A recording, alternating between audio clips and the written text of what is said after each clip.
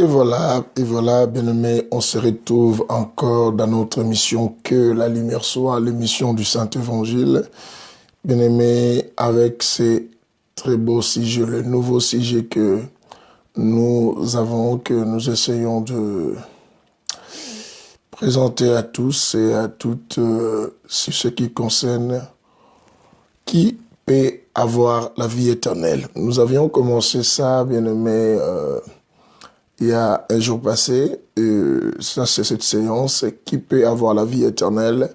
C'est un très très bon sujet, bien aimé, comme nous avons dit que nos églises se remplissent de gens du monde, mais le problème c'est qui peut avoir la vie éternelle.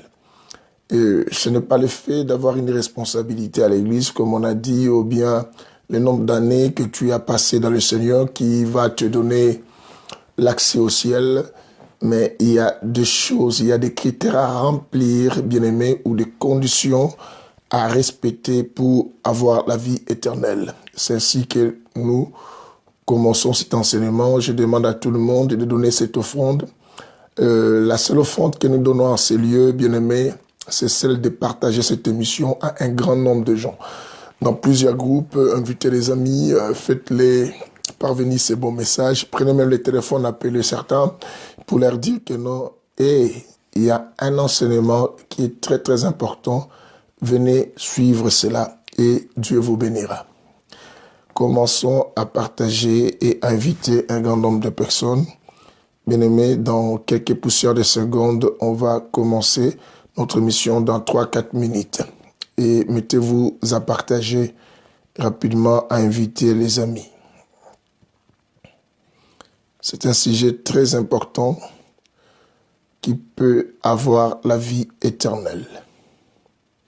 C'est ça ce que Dieu nous demande et nous pose la question. Qui peut avoir la vie éternelle? Nous sommes dans notre deuxième séance sur ces sujets. Je nous demande tous à être dedans. Que le Seigneur bénisse tous les amis et connaissances qui y arrivent dans cet auditoire. Que Dieu vous fasse du bien. Dans 2 à 3 minutes, on va commencer.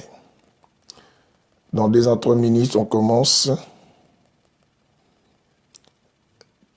Oui, que le Seigneur bénisse tous ceux qui donnent la possibilité à beaucoup de monde, à beaucoup de gens de venir manger ensemble avec nous Jésus, de participer dans cette émission, d'être avec nous à cette émission, bien-aimés, avec ce très beau sujet qui peut avoir la vie éternelle.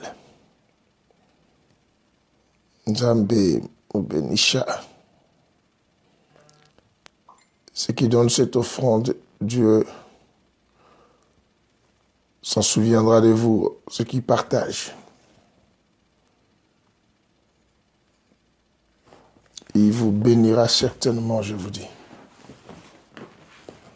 Donnez cette offrande.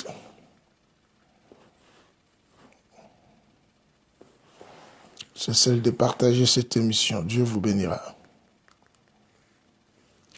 Dans 1 à 2 minutes, on commence. Dans 1 à 2 minutes, on commence notre mission.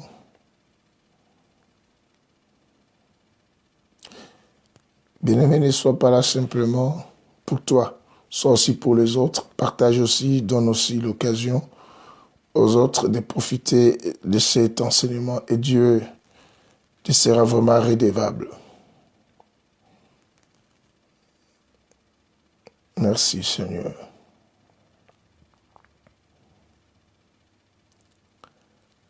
Merci Seigneur. Merci pour tous ceux qui font ce mouvement. Merci pour tous celui qui donne son offrande, celle de partager l'émission. Bien-aimé, dans 1 minute, on va démarrer notre enseignement.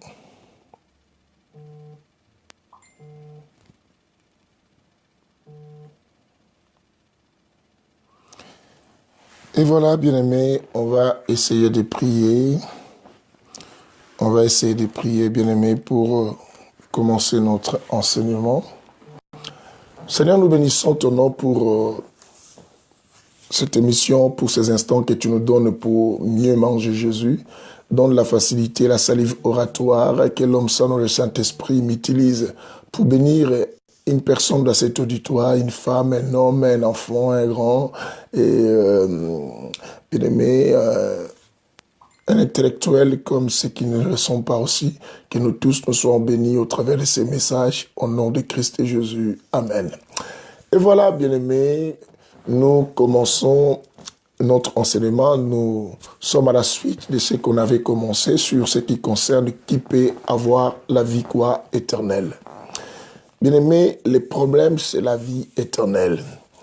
Je essayais de prêcher le dimanche ici à l'église France pour Christ d'Orléans, un sujet qui s'intitulait « Inexistence et sans vie ». Alors, en faisant l'introduction avec cet enseignement à l'auditoire de Paris, je mélangeais, j'ai fusionné un peu cette partie de inexistence sans vie et pour faire comprendre les gens qu'est-ce que la vie, en fait de nous amener un peu à comprendre qu'il peut avoir la vie éternelle. Je nous ai dit, bien aimé, à l'introduction, le nombre d'années que vous avez eu à passer dans le Seigneur n'est pas une clé pour toi pour te permettre à ouvrir la porte qui donne la vie éternelle. Ou ta position à l'église et ta responsabilité ou les liens familiaux ou familiaux que tu as avec le pasteur ou bien, bien aimé, les dîmes et les offrandes que tu donnes, ce sont des choses à faire, mais il ne faut pas se dire que non, tout est bon pour moi, mais on le saura qui peut avoir la vie éternelle, parce que dans nos têtes, on sait que si on fait ça, on fait telle chose, c'est alors qu'on a accès. Ça pourrait être vrai aussi, mais il laisse ton oreille à écouter le Saint-Évangile qui va t'éclaircir un peu que il n'y a pas que peut-être d'autres choses que toi tu fais là et qui suffisent pour que tu aies la vie éternelle. Il y en a d'autres choses aussi, peut-être tu ignores.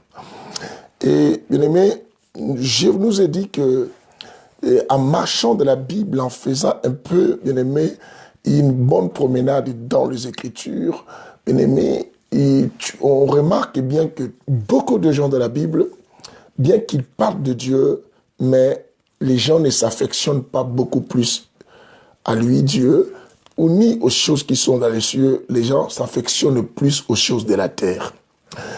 Par rapport à quoi, bien aimé, nous sommes dans les milliers des gens ecclésiastiques. La majorité qui est ici est dans les milliers des églises.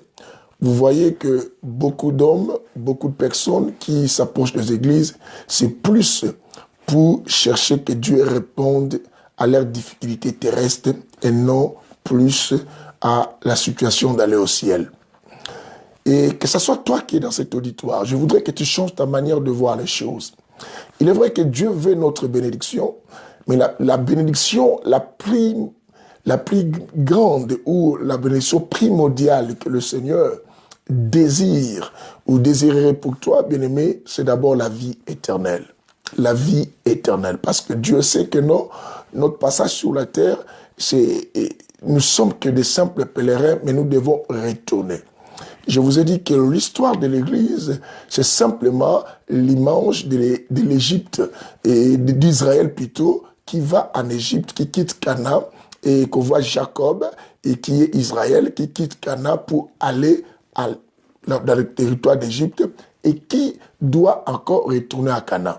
Vous savez que Canaan, Dieu avait donné à Abraham et a prophétisé que ta descendance ira en captivité, mais après quelques années, ta descendance reviendra. Et cette histoire, c'est notre histoire, et que Dieu nous envoie sur terre, et nous venons de l'éternité, et nous devons aussi y retourner. Le problème n'est pas venir, mais le problème, c'est retourner. Bien aimé, le problème n'est pas venir, mais le problème, c'est retourner. C'est ce qui est une problématique. Le problème n'était pas que Jacob descende en Égypte, bien aimé, avec ses fils et les 70 et les anciens, tout ça venir aussi en Égypte. Mais le problème, c'était sortir de l'Égypte et pour retourner à Canaan. Si vous bien aimé, regardez ça. L'arrivée des enfants d'Israël à Canaan était facile. Au point que si vous étudiez l'histoire de Joseph, vous verrez que le frère de Joseph venait, Joseph même les avait dit de retourner, il revenait facilement. Et ce qui par là, nous comprenons que la distance qui séparait la terre promise et d'où venaient les enfants d'Israël n'était pas si longue et que nous allons voir en retournant vers Canaan. Et arriva en Égypte maintenant, bien aimé, quand ils se sont installés. Maintenant, pour retourner à Canaan, c'est alors que la situation était devenue difficile parce que le monsieur Pharaon, maintenant, il a commencé à emprisonner les gens. Bien aimé, quand nous naissons ici sur la terre, nous arrivons sur la terre, notre arrivée est formidable. Même les gens viennent nous rendre visite, et les gens viennent nous voir et les gens sont contents de nous. Et parce que tout le monde dit, oh, il est mignon cet enfant. Mais le problème maintenant, ce n'est pas l'arrivée, mais c'est le retour. Comment retourner d'où nous sommes venus? Comment retourner à Dieu? Parce que tous diront que moi, c'est Dieu qui m'a envoyé. Moi, c'est Dieu. Mais le problème n'est pas être envoyé, mais le problème est retourner auprès de celui qui t'a envoyé. C'est ça. Parce que aujourd'hui, moi, je suis un appelé de Dieu. Je suis un envoyé de Dieu. Tout le monde le dit, oui. Je peux accepter, ça peut être aussi vrai que c'est Dieu qui t'a envoyé. Mais est-ce que la problématique, c'est être envoyé ou retourner auprès de celui qui t'a envoyé? Nous avons vu Jésus arriver sur terre, disant que je suis venu faire la volonté de mon Père, celui qui m'a envoyé. Mais on a vu qu'il avait la facilité d'y retourner. Est-ce que nous aurons la facilité d'y retourner? Est-ce que toi, tu auras la facilité de retourner? C'est ce que nous avons expliqué. Beaucoup de gens vivent et existent, mais sans vivre. Les chrétiens existent sans vivre. Les églises existent, il y en a bien aimé nombreuses aujourd'hui, mais ces églises existent sans la vie. Sans la vie. Et des pasteurs, des chrétiens, des prédicateurs, de gauche, de partout, bien aimés, nous voyons, bien aimés, en train de prêcher, en train de parler de la part du Seigneur, qui existe, mais en réalité, ces gens ne vivent pas. Ces gens ne vivent pas. Bien-aimé, j'essaie d'expliquer que la bague que je porte existait. C'est ainsi que vous parlez de la bague, mais cette bague ne vit pas. Les choses qui vivent, bien-aimés, nous pouvons prendre les animaux et nous voyons aussi des arbres. Mais d'autres choses qui existent tout autour de nous comme des chaises, la table, bien aimé, même cette caméra qui me filme, ne vit pas. Mais en vrai, la caméra existe. Si on vous demande une caméra existe, vous direz certainement oui, la caméra existe. Mais elle ne vit pas. Et c'est ainsi que j'insiste en disant que l'important n'est pas d'exister, mais l'important est de vivre. L'important n'est pas d'exister sur terre, que Dieu t'a créé, et tu dis que Dieu connaît ton nom, Dieu, ça comme tu le veux, mais l'important, c'est de vivre. Or, la vie, c'est un homme, et que cet homme, c'est Jésus, et que vous le saviez. Et que vous le saviez. Les versets que j'ai donnés aux enseignements à l'église, ici, bien-aimés, commencez à venir nous rejoindre pour écouter notre verset, et que j'ai donné sur et la vie. Là, je n'explique pas trop, mais mon problème, c'est qui peut avoir la vie éternelle. En lisant le livre de Matthieu chapitre 7, qu'on s'était introduit, nous avons vu le Christ Jésus signifier quelque chose de très important, des catégories de personnes. Des catégories de personnes qui existent sur la terre en train d'écouter sa parole. D'autres, c'est pour se faire chrétiens parce qu'ils écoutent, mais d'autres dans le souci de pratiquer la parole de Dieu. Et c'est certainement que cette parabole ou cette parole que Christ avait donnée dans le livre de Matthieu 7, 21, ça explique l'histoire des églises que nous vivons, l'histoire des chrétiens aujourd'hui. Nous avons des catégories de chrétiens. Je vais vous lire parce qu'on est dans les Saints Évangiles et l'évangile de l'équilibre. Et ici, il y a la lecture et les explications. Bien-aimés, partage de tels messages parce que ça nous amène à nous affectionner au ciel. Et les gens aiment plus les choses qui les font affectionner aux choses de la terre, mais cherchons d'abord ce qui est au ciel. Allons-y dans le livre de Matthieu, chapitre 7. Matthieu 7. On va lire quelque chose de très très important pour voir des catégories. Matthieu 7, le verset 21, la Bible dit ceci. Quiconque me dit, la Bible dit, quiconque me dit, Seigneur, Seigneur, n'entrera pas forcément dans les royaumes de cieux. Jésus explique quelque chose. Ce ne sont pas tous ceux qui lui sont bien aimés, tout autour de nous. Actuellement, bien aimé, tu ne peux pas zapper. Il y a toujours une personne, surtout dans notre fréquentation de la communauté africaine, on consort, bien aimé, même européens, mes frères européens, bien aimé, nous trouvons toujours des gens qui parlent de Jésus. Nous trouvons des gens qui parlent de la spiritualité, qui parlent de la chrétienté, qui disent, moi je suis chrétien, je dois aller à l'église. Mais la Bible dit, ce n'est pas, la Bible dit, quiconque me dit Seigneur, Seigneur, n'entrera pas forcément. Ce n'est pas le fait de dire Seigneur, Seigneur, et que cela te donnera la vie éternelle. Ce n'est pas le fait, bien aimé, de marquer les autocollants, bien aimé, sur la Bible, sur le mur, sur ta voiture, dans ta voiture, bien aimé. Ce n'est pas même dans des toilettes. Bien aimé, il y a des maisons, quand tu rentres même de la toilette, bien aimé, tu arrives dans l'intérieur des toilettes, bien aimé, tu essaies simplement de te soulager, tu vois sur la porte, toute arme forgée contre moi sera annulée sans effet. Tu te poses la question, mais qu'est-ce que moi je ne cherche pas à forger les armes contre la maison là. Moi, je suis venu me soulager. Et les gens pensent, en mettant ces histoires, et cela fonde le Fils et le Fils de Dieu et leur donne aussi la vie éternelle. Bien aimé, ce n'est pas sur le mur de ta page de Facebook, en mettant beaucoup les prédications, bien aimé, ou apprenant des prédications des pasteurs, comme moi je prêche à Casarema, dans d'autres sites, et en les partageant, c'est ce qui te donne la vie éternelle. Mais non, les autres, il y a des gens qui pensent le fait que je publie beaucoup les choses de Dieu. Moi, d'office, je suis un enfant de Dieu. J'aurai la vie éternelle. Bien aimé, loin de là. La Bible dit, ce ne sont pas. La Bible dit, pas forcément ces gens hériteront. Donc, une première catégorie. Deuxième catégorie, Christ explique dans le même verset, il dit quoi? Mais c'est lui seul qui fait la volonté de qui? De mon Père. De mon Père qui est dans le ciel. Donc, Christ nous montre, nous avons deux formes de gens.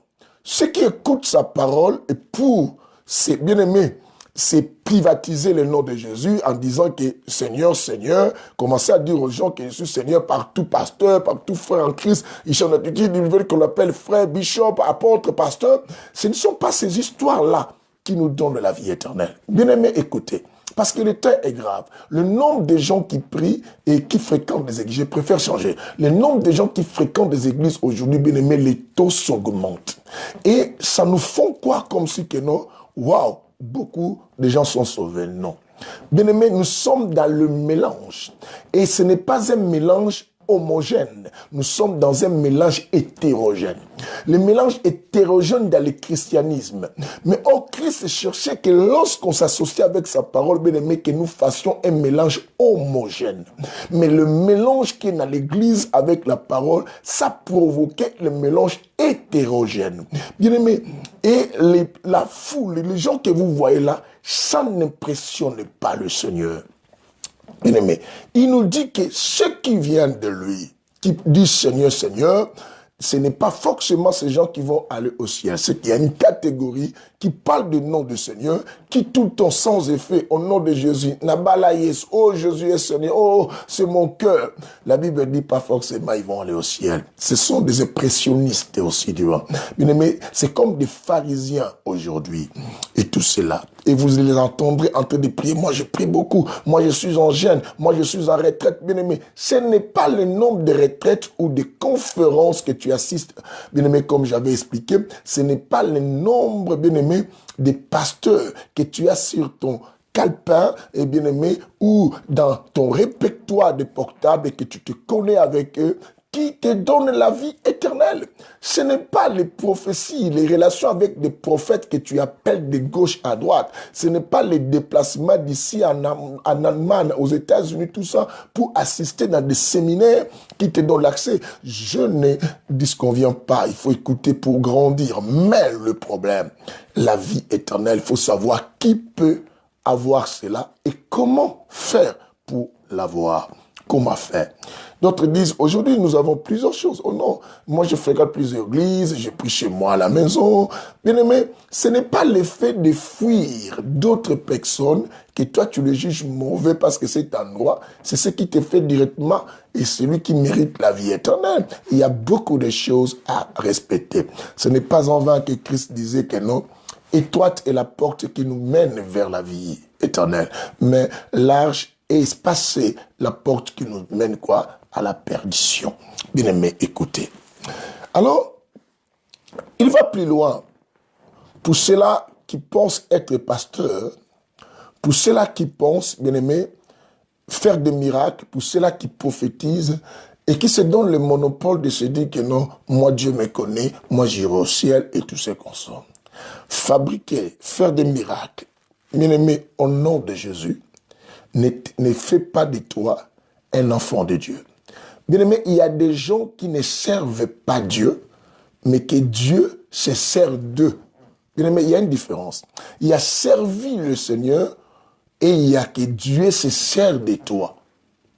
D'autres pensent servir Dieu en faisant des miracles. Mais non, il y en a d'autres, bien aimés, Dieu se sert d'eux pour faire des miracles.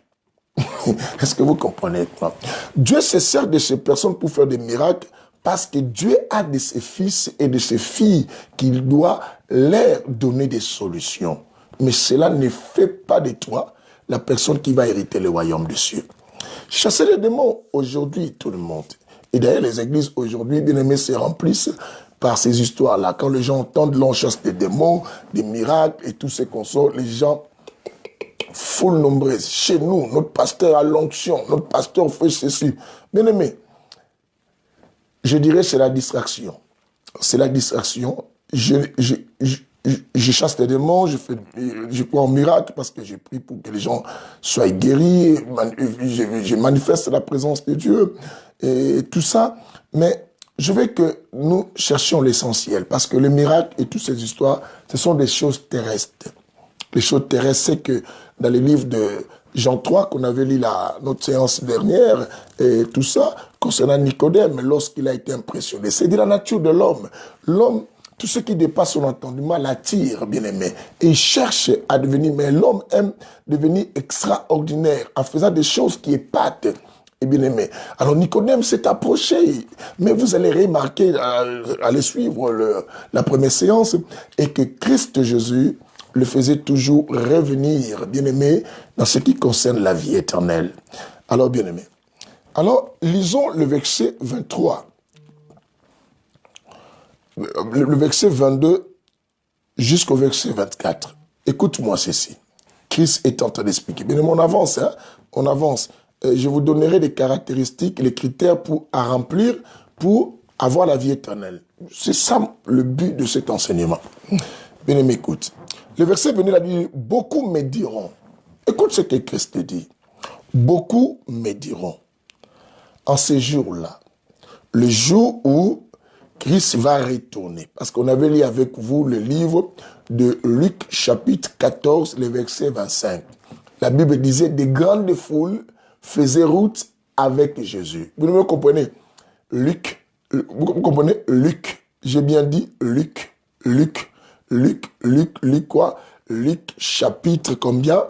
Je dis Luc chapitre 14, le verset 25. La Bible dit, des grandes foules faisaient route avec qui? Avec Jésus. Des grandes foules faisaient route avec Jésus. Et du moment où on dit des grandes foules faisaient route avec Jésus, moi je n'ai pas dit Jean 3, 23 à 24, c'est de n'importe quoi. Je dis, et quand j'avais donné Jean, j'avais commencé Jean chapitre 3 à partir du verset 1. Hein? Donc à partir du verset 1. Il ne faut pas nous donner des chapitres qu'on n'en a pas besoin ici, c'est la distraction. Et tout ça. Et Luc 14, le verset 25, la Bible dit, des grandes foules faisaient route avec Jésus. Vous avez entendu avec. Pourquoi? Parce que la Bible dit, avec Dieu nous ferons des exploits. Ne vous embrouillez pas, bien-aimés, quand dans votre vie vous voyez des miracles s'accomplir ou vous demandez quelque chose à Dieu, Dieu vous les donne. Ne vous en folez pas. Ou peut-être Dieu vous donne une prophétie, ou Dieu vous utilise à quelque chose. Cela est normal, parce que la Bible dit, avec Dieu, nous faisons des exploits. Mais cela, la Bible n'a pas dit qu'avec Dieu, nous aurons la vie éternelle. C'est une différence. On fait des exploits, mais avoir la vie éternelle, ça tout un tas de critères et que nous allons faire. C'est ainsi que nous voyons beaucoup de gens s'embrouiller. Moi, même si je ne prie pas, même si je ne vais pas à l'église, même si je ne crains pas, même si je fais comme si, même si le pasteur ne veut pas me parler, même si le pasteur m'a puni, moi, quand je prie mon Dieu me répond, mon Dieu m'attend, je suis son fils, et moi, j'ai déjà la vie, je suis déjà sauvé. Mais non, bien aimé. Vous faites des exploits parce que vous marchez, mais vous allez voir la suite de ces versets 25 du livre 14 de Luc. La Bible dit quoi? Après un moment, Jésus retournant. Il va retourner pour dire à tous ces gens, vous faites route avec moi, mais nous sommes arrivés au temps où on doit mettre les choses en propre. Il va retourner. C'est ainsi que le retournement de Jésus dans la marche, bien aimé, avec la foule ou des grandes foules, c'est ce qu'on appelle quoi? Le retour du maître et pour le moment de l'enlèvement et pour que l'église, le maître va retourner parce qu'aujourd'hui nous faisons tous route, bien aimé, dans les réseaux sociaux. Alors, à cet instant que je prêche, si vous sillonnez les réseaux sociaux, bien aimé, vous allez trouver beaucoup de prédicateurs en train de prêcher.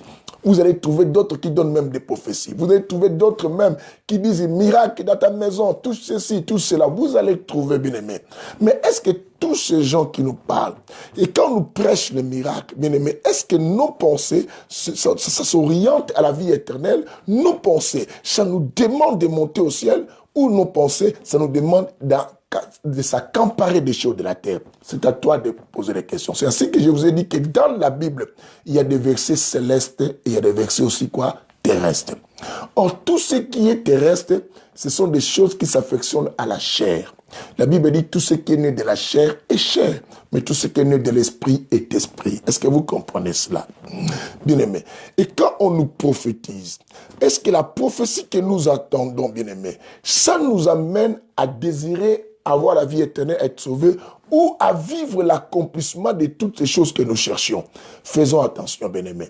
La vie ici, ça passera. Quel que soit les miracles que tu vivras, ton corps sera décomposé, tu mourras. Mais là où tu vas aller, c'est quel endroit que tu vas passer ton éternité. Il dit, beaucoup me diront en ces jours-là, Seigneur, Seigneur, n'est-ce pas en ton nom? Bien aimé, écoute la précision. Nous avons toujours été là. Je vois des gens, quand il y a un problème dans les réseaux sociaux, en train de répondre, oh, les pasteurs là, c'était nos cultistes, regarde son mur, regarde ce qu'il fait. Bien aimé, arrêtez de vous distraire. Pensez d'abord à sauver vos âmes. Arrêtez de vous distraire. La Bible dit que non, il y aura même ceux-là qui vont dire que nous avons fait des miracles. N'avons-nous pas? Écoutez bien. La Bible, beaucoup me diront, Seigneur, Seigneur, Seigneur. N'est-ce pas à ton nom que nous avons prophétisé? Ces gens n'ont pas prophétisé par les démons que vous avez fait la célébrité Guégué. Je ne sais pas si c'est quoi là. Et tout ça. Et ces gens n'avaient pas prophétisé par la force de Mikoudi. Mais ils ont prophétisé au nom de Christ. Bien aimé, c'est pas là que nous comprenions. Ce n'est pas le fait que tu dis, moi je n'utilise pas les fétiches, moi simplement le nom de Jésus, ce qui te donne la vie éternelle. Bien aimé, c'est compliqué cette histoire de la vie éternelle. Écoute ce que j'ai dit, n'est-ce pas Seigneur, n'avons-nous, c'est à ton nom qu'on avait prophétisé. On n'a pas prophétisé avec un autre nom. Ça veut dire, même enseigner, c'était quoi? C'est une prophétie. La Bible nous dit que non, quoi? Les témoignages de Christ, c'est l'esprit de la prophétie. Ça, c'est Apocalypse. Les témoignages de Jésus est l'esprit de la prophétie. C'est que quand je vous enseigne, c'est toute une prophétie parce que je vous dis qu'il y aura la vie éternelle, on va hériter le ciel. C'est la prophétie. Maintenant, la Bible dit que même si on dit on avait prophétisé en ton nom, on n'avait pas mélangé, on n'avait pas ça, ce n'est pas ça qui nous donne la vie éternelle. C'est compliqué. Mais ne prends pas la vie chrétienne comme une kermesse que vous alliez, ou une excursion, bien aimé, que vous partiez, ou bien aimé, ou une foire, et que vous allez vous promener, ou bien aimé, vous parlez, vous partez peut-être en vacances, et à la plage, bien aimé. La vie éternelle, ça doit te faire beaucoup réfléchir, et qu'est-ce qu'il faut mettre en marche et qu'est-ce qu'on des choses, bien aimé, quoi, à supprimer dans la vie et pour avoir l'accès. Écoute bien. C'est ce qui est bien aimé, beaucoup vont se perdre avec des imaginations maléfiques et charnelles dans leur tête au lieu de se donner plus plongé dans la Bible et d'écouter plus la parole de Dieu. Arrêtez de vous distraire. Écoutez bien. La Bible dit, n'est-ce pas à ton nom que nous avons prophétisé? D'autres viendront. N'est-ce pas à ton nom que nous avons chassé qui? Les démons. Et nous, on chasse les démons ici seulement au nom de Jésus. On ne donne rien. Il est vrai. Tu as bien fait. Mais faire mieux. Savoir, est-ce que, puisque je l'ai dit, mais qu'est-ce qu'il faut que je fasse pour avoir la vie éternelle? C'est ce que je vous ai dit que non, en se promenant dans les Écritures, quand on se promène dans les Écritures, bien aimés, on ne trouve pas beaucoup de gens qui s'approchent de Dieu pour chercher à savoir comment avoir la vie éternelle. Je vous avais même expliqué à la première séance, et même ceux qui étaient avec moi à l'auditoire, hier à l'église France pour Christ d'Héronie, bien aimés, je vous avais fait savoir que nous avons trouvé au moins 2 personnes qui s'approchent des hommes de Dieu pour leur demander. Que devons-nous faire pour avoir la vie éternelle? Est-ce que toi, chaque jour dans ta vie, tu penses, Seigneur, que dois-je faire pour avoir la vie éternelle? Ou tu penses, comment je vais faire demain pour payer mon loyer, ma maison? Bien-aimé, comment je dois faire? Pourtant, nous avons des Écritures qui nous disent, ne vous inquiétez pas du lendemain. Hein? Que celui qui a des oreilles entende ce que l'Esprit dit aux églises. Bien-aimé, écoutez. Il dit chasser les démons. Bien-aimé, aujourd'hui, il y a la doctrine des démons. Il est vrai que le démon existe, hein, que personne ne vous trompe, il faut le chasser parce que je fais des délivrances. Beaucoup, je fais des délivrances et je continue. Et là même, Dieu m'a dit d'aider beaucoup de gens, encore pour ça.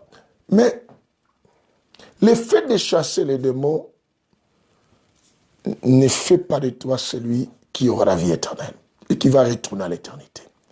Bien aimé, il y a de ceux qui servent Dieu, mais il y a de ceux-là que Dieu s'en serve d'eux. Si vous comprenez ce que je dis. Il y a ceux qui servent Dieu, mais il y a de ceux-là que Dieu s'en serve d'eux. Si vous comprenez. Il y a des gens qui servent Dieu, mais il y a des gens que Dieu se serve d'eux.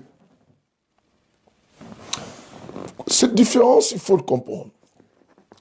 Il y a des gens qui servent Dieu, mais il y a des gens que Dieu s'en sert d'eux. Que Dieu s'en serve d'eux. Ok. C'est que les gens que Dieu s'en serve d'eux, bien-aimés, pour vous expliquer, ce sont ceux-là que Dieu n'a même pas besoin d'eux, ne les calcule pas, savent que ce sont peut-être des pécheurs, les gens qui vont aller en enfer, mais Dieu les utilise uniquement pour un but, pour peut-être il y a un fils, une fille de Dieu, peut-être qu'il y a quelqu'un qui veut sauver. Mais en réalité, Dieu ne les calcule pas. Mais il y a de ceux-là qui servent Dieu et que Dieu se réjouisse parce que la Bible dit quoi? Nous verrons la différence entre ceux qui servent Dieu et ceux qui ne le servent pas. Dieu cherche les vrais adorateurs. Alors, je ne sais pas de quelle partie tu chasses les démons. Oui, fuis. Et les gens voient comment tu fais des délivrances, les démons crient et les démons partent.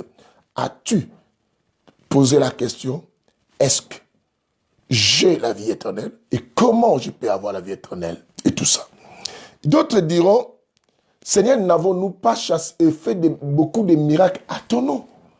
Ces gens n'ont pas fait de miracles à un autre nom. Bien aimé, toutes ces histoires que tu peux vivre dans ta vie, peu importe que tu sois pasteur ou pas, que tu pries pour les gens ou pas, mais tu vis des miracles d'une manière et d'une autre tout autour de toi, même dans ta propre vie. Et tu as témoigné, à moi, Dieu a fait ceci dans ma vie, il a fait ceci dans mes enfants. Mais est-ce que ces choses te donnent-ils, bien aimé quoi, la possibilité d'avoir la vie éternelle? Pose-toi la question. Mais écoutez là au verset 23, la Bible dit, alors je leur déclarerai, je ne vous ai jamais quoi connu. Comment vivre dans un monde, entre guillemets, vivre? Dieu n'est pas te connaître. C'est que tu as existé sans vivre. Quelqu'un attend aujourd'hui. tu as existé sans vivre. Quelqu'un me demande, si j'existais, c'est que Dieu me connaît. Non. La Bible dit, il n'y a aucune relation entre les morts et les vivants. Christ est vivant, c'est que ceux qui existent sans vivre sont des cadavres. Dieu ne peut pas les connaître, ne peut non plus avoir relation avec ces gens. Et tu diras, mais comment je vais aux églises? Mais parce que tu es zombie. Tu es zombie, j'avais expliqué hier à l'église de Rony, France pour Christ de Rony. J'ai dit que parce que nos églises sont remplies de zombies, des cadavres bien aimés qui reviennent à la vie quand il fait noir. Quand il fait noir. Ça veut dire le noir, c'est la présence du mal. C'est ainsi que dans nos églises bien aimées, là où il y a tellement les bêtises, les mal, et c'est là où beaucoup de gens aiment. Et quand maintenant la lumière apparaît, bien aimé, quand on met de la lumière, vous voyez comment les zombies fouillent la lumière. Et c'est ainsi que dans nos églises, bien aimé, même les églises que vous voyez beaucoup de monde là, bien aimé, commencez à les prêcher, la santé de le pécher, beaucoup d'autres choses. Vous allez voir au fur et à mesure comment l'église va commencer à se dépeupler. Ça veut dire simplement, les gens, ce sont des zombies qui ne supportent pas la lumière parce que la lumière le tue. La lumière, c'est la clarté, c'est la vérité. La lumière, c'est ce qui nous permet à voir clair les choses. Bien aimé, là où se trouve noir, on ne peut pas identifier les obstacles et les choses qui se cachent. Que le Seigneur nous bénisse. Que quelqu'un me dise que le Seigneur, bien aimé, dis avec moi, Jésus, sauve-moi. Dis avec moi, Jésus, sauve-moi. Maintenant, allons-y.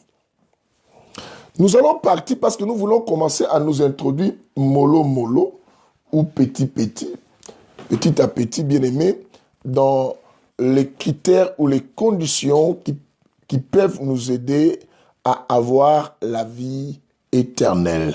Quelqu'un comprend ce que je dis. Que le Seigneur vous bénisse. Avoir la vie éternelle. Nous sommes dans le livre de Luc 18, ou pour certains, vous pouvez prendre même le livre de Matthieu 19 aussi parle de cela. Matthieu 19 parle de cela. Luc 18 aussi nous parle de cela. Et Matthieu 19, à partir du verset 16, nous explique cette histoire que nous allons partir. Et Luc aussi, 18, à partir du verset 18, nous explique la même histoire. Alors, vous choisissez quoi? On va noter tout. Notez Matthieu 19 à partir du verset 16. On note aussi Luc 18 à partir du verset quoi? 18. Pour approfondir un peu, bien aimé, la chose importante et que pour comment être sauvé. Nous allons partir. Je prends Matthieu, parce qu'hier à Rony, on avait lu Luc. Je prends Matthieu chapitre 19. Matthieu 19 à partir du verset 16. Écoute cette histoire. J'aime bien. La Bible dit, alors un homme s'approcha et dit à Jésus. Un homme s'approcha et dit à Jésus, Maître, que dois-je faire de bon pour avoir la vie éternelle? J'aime ma version dans le Matthieu. Bien aimé, que dois-je faire de bon pour avoir la vie quoi? Éternelle. C'est là où est tiré notre message, notre titre. Matthieu 19, nous commençons à partir du verset 16. Là, je lis d'abord le verset 16. La Bible dit, alors un homme s'approcha et dit à Jésus, quand toi tu dis que tu t'approches de Dieu, je vais à l'église, je vais rencontrer l'homme de Dieu, tu t'approches pour lui dire quoi? C'est ça le problème. Les jours que tu l'as rencontré dans ta vie, c'était pour présenter toutes tes doléances bien aimé, ou les difficultés de ta famille, de ta situation, du couple, de la santé ou autre chose.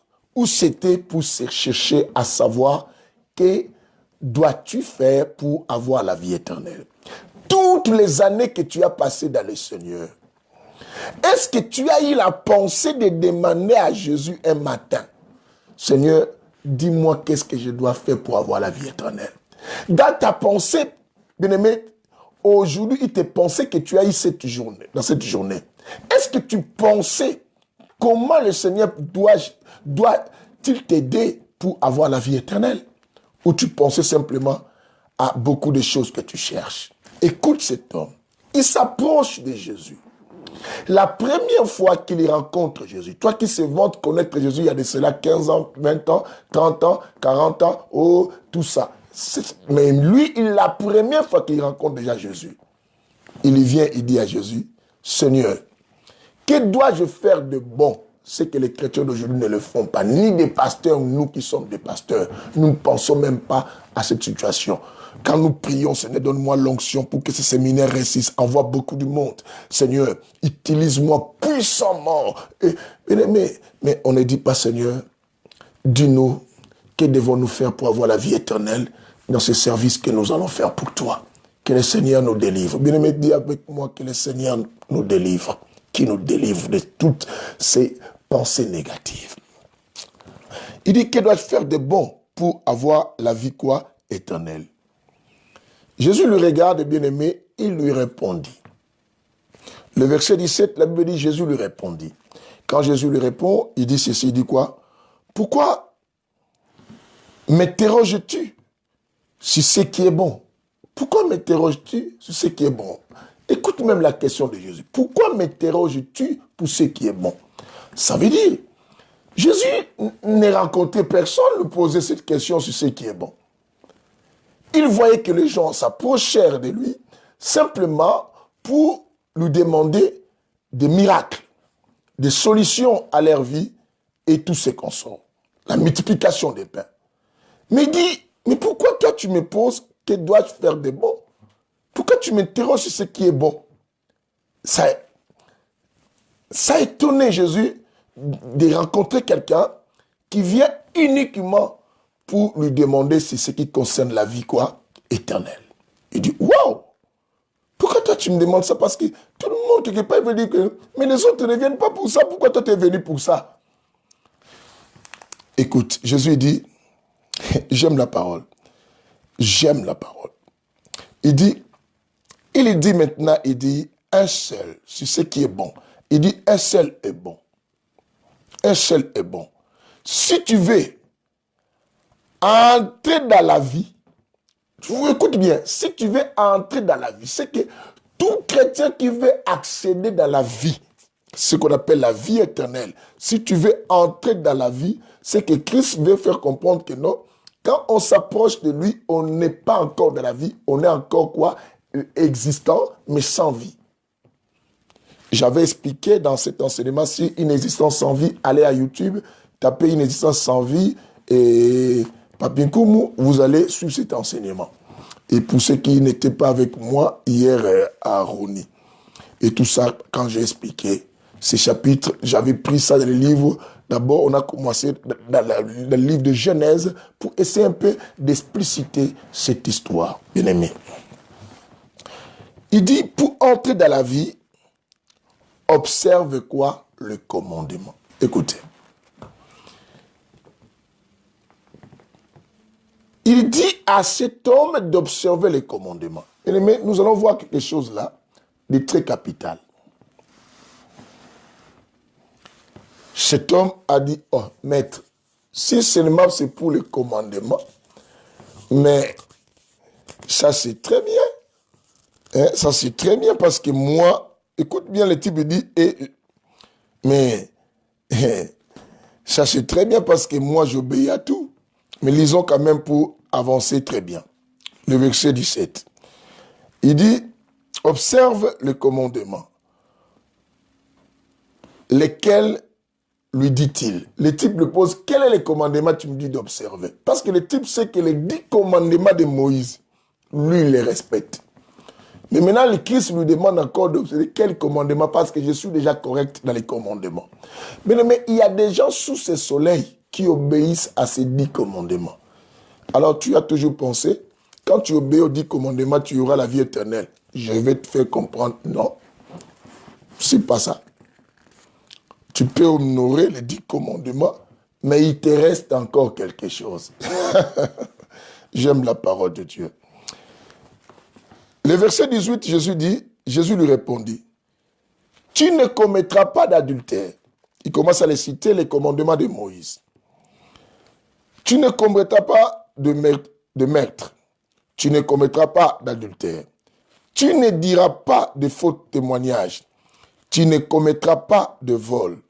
Honore ton père et qui est ta mère. Et tu aimeras ton prochain comme qui toi-même. Bien-aimé, tous ces commandements, cet homme ne convoitait même pas la femme de quelqu'un. Ne commettait même pas d'adultère. Il ne disait pas de faux témoignages sur les gens. L'homme qui est venu poser la question, vous allez voir ça parce qu'il va le dire. Le jeune homme lui dit, j'ai gardé tout cela, que manquerait-il encore? Il dit, ah, si c'est le commandement, il n'y a rien qui me manque. Parce que tous ces commandements, je l'ai bien gardé et je l'ai bien respecté quelque part. Jésus est Dieu. Si ces garçons mentaient, il allait dire à ces garçons, tu mens, tu n'obéis pas à tous les commandements. Mais vous verrez la suite, Jésus n'a rien dit que ces garçons mentaient. C'est que Jésus, on dit en français, qui dit rien quoi, consent. C'est que quand on dit rien, c'est qu'on a accepté, c'est qu'on est d'accord. Christ n'a rien dit à propos de la réponse de ces messieurs, c'est que Christ était d'accord. Bien aimé, peut-être tu es dans cette victoire, tu t'es tout vanté en train d'accuser les autres. Oh adultère, oh un impudique, celui-là, Moutasongi Songi, et tu dis tout ce que tu veux. Alors tu as mis dans ta tête, puisque toi tu ne commets pas les adultères. Comme toi tu ne dis pas les faux témoignages. Comme toi, et tu aimes les gens, tu donnes tout, c'est fini pour toi. Maintenant tu vas comprendre, c'est là, il te restera toujours quelque chose à faire. C'est qu'aller au ciel, bien aimé, ce n'est pas du tout facile d'avoir la vie éternelle. Il y a beaucoup de choses à faire pour avoir complètement la vie éternelle. Que le Seigneur nous aide, nous tous qui écoutons ce message, d'avoir l'accès au ciel, bien-aimé. Comment on pensait que les commandements nous donnent l'accès? On pensait que le commandement nous sauve.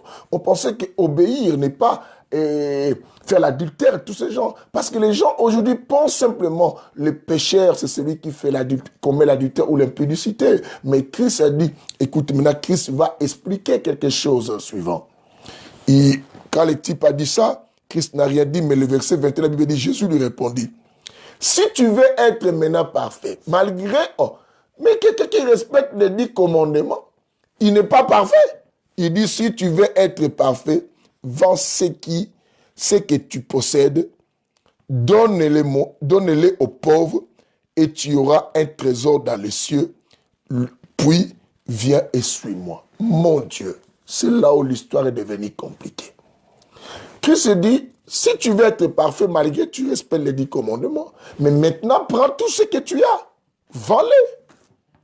Donne-les aux pauvres, tu auras un trésor au ciel.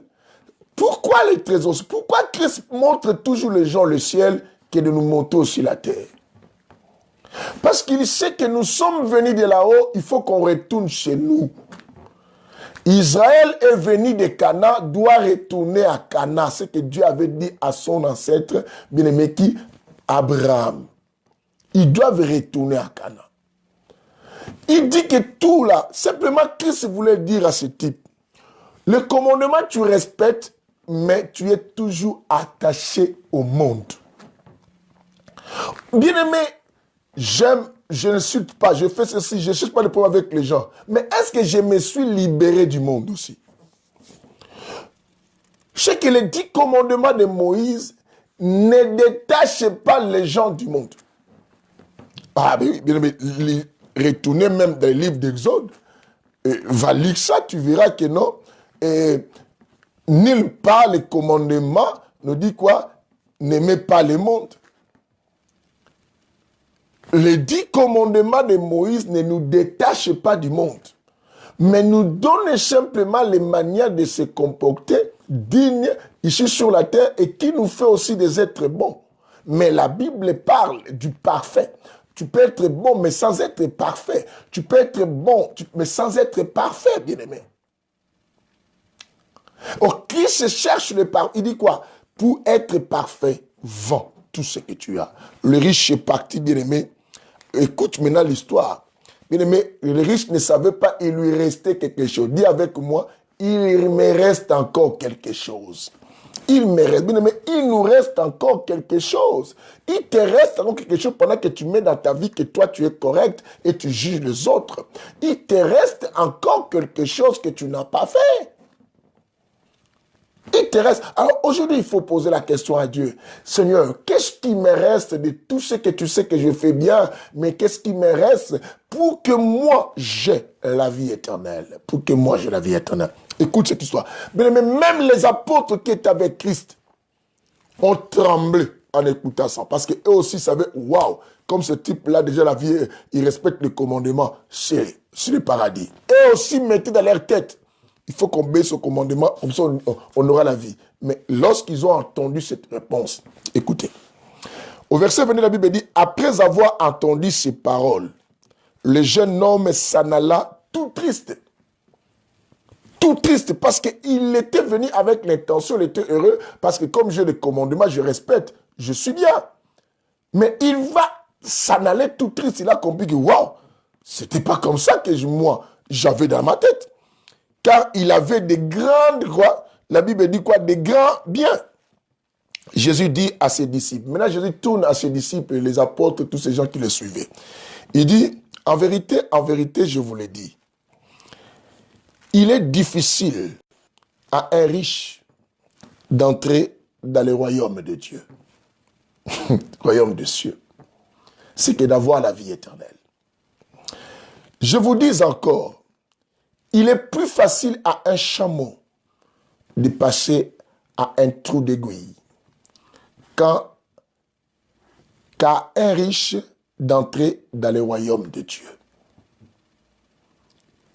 Plus facile à un chameau de passer à un trou d'aiguille, mais qu'à un riche d'entrer quoi?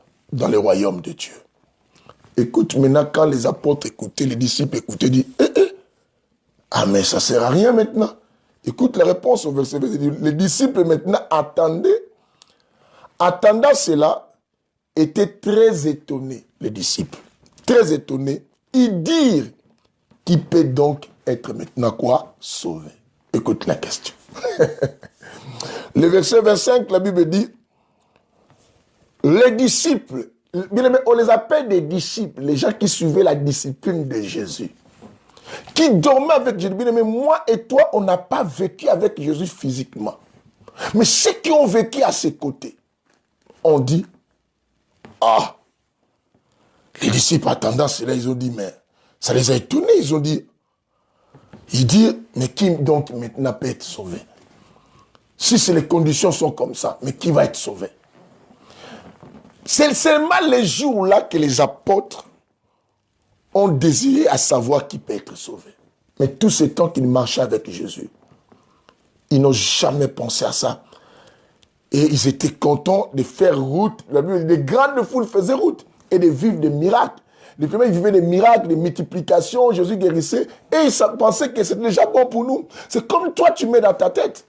Comme j'ai déjà Jésus, je mets la musique de Jésus à la maison, j'écoute Jésus, moi, toujours Jésus, c'est bon pour moi que j'aille à l'église ou pas, que j'obéisse pas, et que j'écoute la parole de Dieu pas, que je sois présent pas, c'est fini. Bien aimé, écoute, les disciples, parmi les disciples, il y avait des apôtres, il y avait des Matthieu, il y avait des Jean, il y avait des Paul, il y avait des Pierre plutôt, il y avait, bien aimé, tous ces gens de Luc, tous ceux qui étaient à côté des docteurs. Des gens qui dormaient, il y avait des Barthélemy, il y avait tous ces, des Jacques. Mais ils ont dit, ah, mais si c'est comme ça, mais qui peut être sauvé maintenant? Qui peut être sauvé? Ils commençaient à s'étonner, ils commençaient à avoir peur. Mais ensuite, c'est dit, mais les conditions sont compliquées. Même nous qui sommes avec lui. Si les disciples, les apôtres même ont dit, qui peut être sauvé? Pose-toi la question, toi. Je veux que tu te réveilles, bien-aimé. Réveille-toi. Arrête de te distraire. Bien-aimé, menons une vie chrétienne autrement. Je vous ai dit à l'émission précédente, je dis quand j'étais jeune, je pensais comme un enfant. Je raisonnais comme un enfant, je parlais aussi comme un enfant. Mais quand j'ai commencé à vieillir, parce que moi je suis maintenant vieux. Vieux, je ne parle pas dans la physique, je ne parle pas du physique, hein. Je parle de l'intérêt de la spiritualité. L'âge chronos, je fais 28 ans je prêche dans les Konos. 28 ans j'enseigne les gens. Beaucoup de temps quand même on enseigne. Mais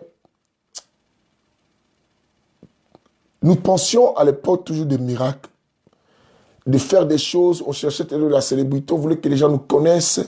Quand on prêchait, j'ai sillonné des pays, je suis parti partout.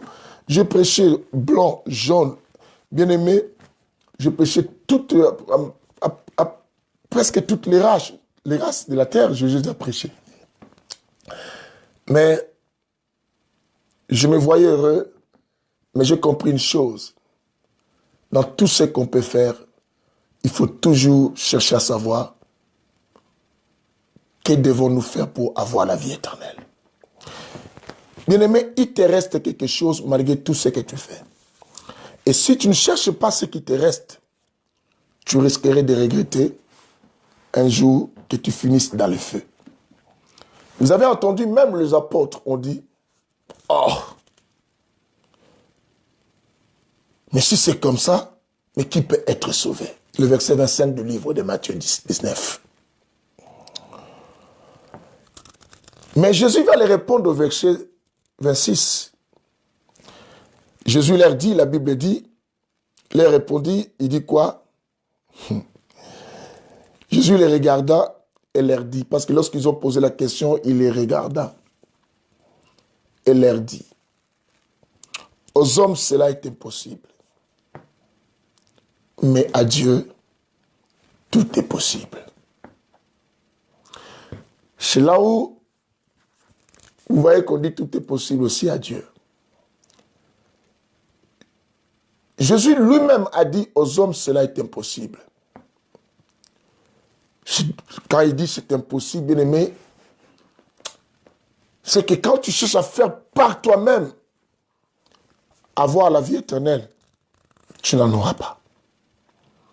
Ce n'est pas tes gentillesses, ton comportement, c'est ainsi que je vous ai dit dans l'enseignement que je vous ai prêché un certain dimanche.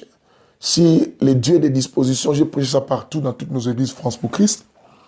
Il veut dire quoi? Sont comme des aigles, quand le vent souffle, ne force pas, déployons simplement nos ailes. Laissons-nous emporter par le vent. Et je vous ai dit que toute parole qui se fait entendre libère du vent et de l'air. Parlons de l'air, si vous voulez. Les Écritures dégagent le vent. Et le vent là, c'est la parole. L'Écriture, c'est la parole. Pour que cela se fasse entendre dans nos cœurs, ça dégage le vent. Le vent là, c'est l'Esprit. Laisse-toi emporter par l'Esprit de Dieu. Parce qu'à toi, cela est impossible pour toi d'avoir la vie éternelle. C'est Jésus lui-même qui a dit. Mais à Dieu est possible. Parce que les apôtres ont dit, mais en écoutant ça, mais tu peux être sauvé. Parce que les apôtres même, ont dit que non. Les efforts qu'on a faits en quittant nos familles, en laissant nos familles suivre Jésus, on pensait que ça suffisait pour avoir la vie éternelle. On pensait que ça suffisait pour... Moi, je quittais là. Et moi, je ne vais plus dans les boîtes de nuit. Et moi je ne vais plus dans des fêtes. Et moi... Mais ce sont des efforts que vous avez faits. Mais demande à Dieu, qu'est-ce qui me reste? Les apôtres ont été choqués d'attendre que quelqu'un qui obéissait à tous les commandements et que Christ n'a reproché en aucun commandement. Et Christ lui dit, Christ y rajoute autre chose pour lui dire de faire et la personne est partie. Christ dit qu'il est difficile à cet homme d'aller au ciel. Ah bon? Crois-tu en m'écoutant? Si Jésus revenait maintenant, bien-aimé, si à cet instant Jésus descend, si à cet instant Jésus vient frapper à ta porte, crois-tu que tu auras la vie éternelle? Sinon, dis à Dieu, Seigneur, dis-moi qu'est-ce qui me reste. Je vois tout le monde écrit, Seigneur, dis-moi qu'est-ce qui me reste. Je ne t'oblige pas, mais je veux cette sensibilité, que tu t'inclines devant cette parole, que tu dises à Dieu, Seigneur, dis-moi qu'est-ce qui me reste. Marc, elle est là, je vais te voir écrire. Il faut que Christ nous dise à chacun qu'est-ce qui nous reste. Parce que les apôtres ont été surpris. Qui peut avoir la vie éternelle? Cet homme est venu avec de bonnes intentions. Heureusement, il était venu poser cette question à Christ. Et aujourd'hui, ces riches-là avaient su que avoir la vie éternelle, ce n'est pas ce que je pensais. Et l'Église de Jésus aujourd'hui est habitée par des idéologies chrétiennes et non les idéologies de Jésus. Nous avons falsifié la manière de voir de Dieu. Bien-aimé, j'ai dit, écris là, je vais voir ton écriture. Seigneur, dis-moi qu'est-ce qui me reste. Demandez-lui ça. Sinon, si tu marches avec ta propre croyance que tu as, ce que j'appelle tes boules à toi, tu risquerais d'être surpris un jour, finir en enfer. Sinon, parce que tu chantes à l'église, tu es pasteur, et souvent les pasteurs, le serviteur de Dieu dit toujours aux fidèles, vous faut chercher à entrer au ciel, hein? Aller au paradis, hein, parce que moi déjà je sais que je partirai. Non, dites à Dieu, Seigneur, dis-moi qu'est-ce qui me reste. Il faut qu'on lui demande. Il faut que le Seigneur te dise qu'est-ce qui te reste. Bien-aimé, déjà aujourd'hui, nous avons fait comprendre quelque chose, que les 10 commandements ne suffisent pas à une personne pour avoir la vie éternelle. Retenez ça. Ne pas commettre l'adultère. Aimer ton prochain. Bien-aimé, ne pas faire de mauvais témoignages sur les autres. Aujourd'hui, tu as compris, ne suffisent pas pour avoir la vie éternelle. Il nous reste encore quelque chose. Et que le Seigneur nous bénisse, nous ferons la suite et nous saurons maintenant quelle est cette chose qui nous reste pour avoir la vie éternelle. Là, on a dit, il nous reste quelque chose, il te reste quelque chose. Maintenant, dans la suite, on saura quelle est cette chose qui nous reste. Et ou quelles sont ces choses qui nous restent pour avoir cette vie quoi? Éternelle. Que le Seigneur vous bénisse. Restez fidèles à cette émission qui est La Lumière Soit. Parlez-en à beaucoup de monde. Bien-aimé, sois la personne qui va beaucoup parler maintenant de cette émission. Parle beaucoup de ton Jésus et de son serviteur que je suis, le bishop Apinkoum. Partage mes histoires. Motive ces gens à venir même à l'église France pour Christ. Bien-aimé, rencontrer Jésus en passant par son serviteur que je suis. Dieu te bénira pour ses transports. Il y a une femme qui a fait ça pour le général Naman. Il a dit, je connais un prophète en Israël, malgré sa position d'esclave, mais elle n'a pas oublié à parler toujours à son prophète d'Israël. Fais ces histoires parce que tout autour de nous, les gens meurent à cause de l'orgueil spirituel, pensant beaucoup connaître, disant des versets, pensant citer le nombre de versets fondés de sauver. Non, on doit aider les gens. Beaucoup de gens doivent s'asseoir pour écouter. Bien-aimés, nous voulons les personnes qui s'approchent avec des morceaux de Dieu pour bouger les trônes. C'est très important. Il te reste quelque chose. On le saura. Que Dieu vous bénisse. Bye bye. Et n'oubliez pas, à minuit, il y a au milieu de la nuit.